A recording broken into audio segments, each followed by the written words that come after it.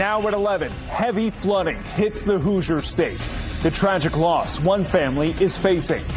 Roads close and conditions turn deadly in some parts. What do you need to know to keep yourself safe? And the nationwide impact. A look at how the torrential rain has left ruin in communities all across America.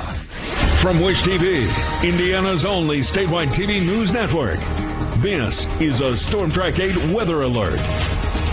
Again tonight with a look at a water rescue just a couple hours ago in Shelby County, where evacuation orders are in place for low-lying areas.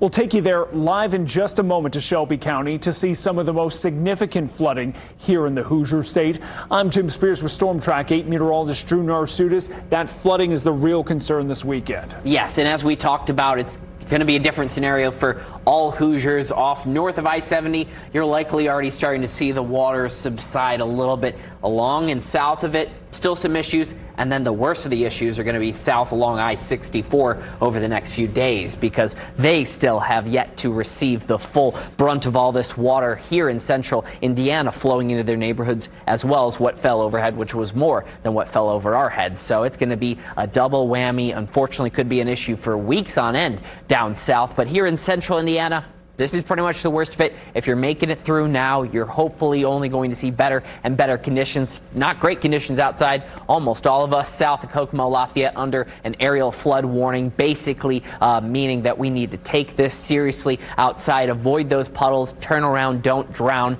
Of course, maybe even have to move to higher ground, as you just saw in case of some communities out Shelby County, one included. So again, the rain is for the most part over, not completely over. There will be light showers from time to time, even tomorrow in the afternoon hours. And so we're not fully out of this, but I think a majority of viewers at home, this is the worst at the moment. If not, it was a few hours ago. Only on the mend from here. Just a few more raindrops to make it through. And evacuation orders expanded tonight in Shelby County. That's where we find News 8's Kyla Russell live, who's traveled to some of our hardest hit areas today. Yeah, Tim, so I'm here at the Walnut Grove campgrounds, and I want you to see one thing behind me. Right there is the sign, the main sign for the campgrounds. And, you see it's normally about 5 feet off the ground, but instead today it's barely above water. I just finished speaking with sheriff's deputies, and I want you to look to your left here. They say this should be a road, but earlier today they were driving boats on it, trying to evacuate people. And Shelby County here isn't alone. In Johnson County, the conditions have left some without power and heat for over 24 hours. I have a disabled mother in here. I have a disabled son in here. So being without hot water and heat, it's a real challenge. Lance and Rebecca White have lived in Franklin all their lives, and in this house for over 60. They opened their basement Saturday to find a nightmare, all too familiar. Flood every time, even a little bit of rain, we get water in the yard, which goes in my basement, which took my furnace out and my water heater this morning. And not to mention probably $5,000 worth of tools. The damage from this weekend's flood only adds to the destruction. This is their backyard. It's still covered in debris from the unrelenting flood that ravaged the area in 2008. 2008 was like Mother Nature kicking our butts. For 17 years, this debris has sat here, and this part of their roof is still hanging off the side of their home. They're both disabled and can't afford to fix any of it. But today, it's the things they can't replace that were damaged or washed away from this shed they've managed to keep dry all these years. From the 2008 flood that we managed to salvage, yeah, was in that shed. Family heritage, heirlooms and stuff and records were in there, and it's gone. The Whites tell me even smaller floods often leave them without heat for days, so they expect this flood to leave them in the cold for even longer. And it's still underwater, and it's just getting worse.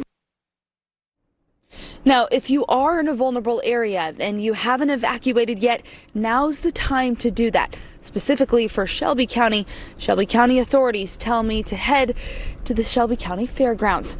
Reporting here in Shelby County, I'm Kyla Russell for Wish TV. WishTV.com, or follow us on Facebook for updates. and the water still has yet to crest. New tonight, a Mooresville man died clearing storm debris from a private pond. Firefighters say an eyewitness saw the man clearing the debris before getting sucked underneath the pond by a sudden whirlpool. Deputies and Indiana DNR officers tried sending divers to rescue him, but had to stop after an hour for their own safety.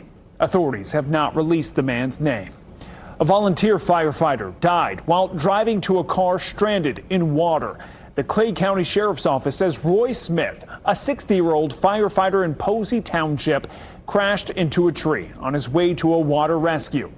He died at the hospital. Officials believe road conditions caused Smith to slide off. Flooding has closed nearly 40 roads in Bartholomew County and could cause evacuations. A flood warning for the East Fork White River is in place around Columbus. It's expected to crest at 16.7 feet tomorrow morning, near record levels. Emergency management says if the river reaches 17 feet, homes along State Road 46 may need to evacuate. There's a Red Cross shelter at St. Peter's Lutheran School on 5th Street in Columbus. Here's a look at travel conditions across the state. Those counties that you see in red, travel is restricted to emergency workers only. Several others are under watches and advisories tonight. Storms leading to at least 9 deaths nationwide. Behind me is drone video from Howell County, Missouri, and you can just see how so much of that town is underwater. There's flooding in the Midwest, the Heartland, and the South. Michael Yoshida is on the ground in Hardy, Arkansas, to show us the devastating scene there. A series of strong storms triggering historic flooding across the central U.S. This in Hardy, Arkansas, a small town in the northern part of the state just below the Missouri state line, where water from the Spring River has swarmed the area. We're just getting a lot of water right now. This affects a lot of people. This has changed a lot of people's lives. Many homes surrounded by water. In some structures, all you can see are the roofs. The Spring River, which flows through Hardy, Arkansas, is supposed to be between the trees on those banks and these trees.